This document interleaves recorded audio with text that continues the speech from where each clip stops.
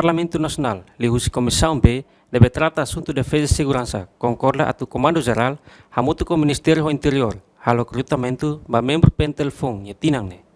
Quarta-feira, membro Comissão B Parlamento Nacional, deputado David Dias mandata informação tamba ia fulang abril tinang sei halo recrutamento ba foi sa estira, nebe ia interesse sai agente PNTL, hodi servir povo no nação Timor-Leste. Deputado mandate ia Parlamento Nacional concorda tem que halo recrutamento, hodi preenche posto hirak, nebe makla preenche criteria posto niniang.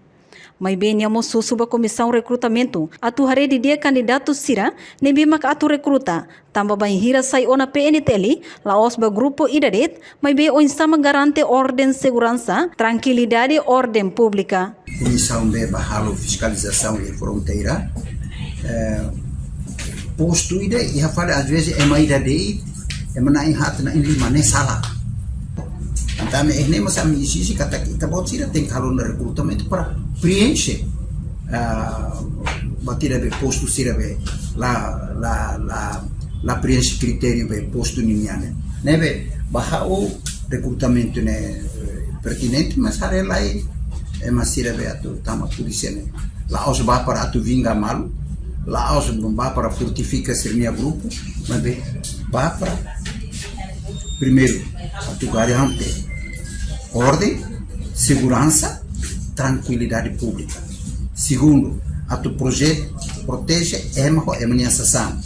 Terceiro, a tu prevene a criminalidade. Quarto, a tu contribui para assegurar funcionamento instituições sira ou lembadas sira democráticos. Depois, garante direitos e liberdades do cidadão sirnia. Respeito ba legalidades democráticas ne polícia ninha atu halau idane ya ponto tolu nebe então vou tirar o que tá primeiro. Reportagem Melania Conceição, Televisão Timor-Post.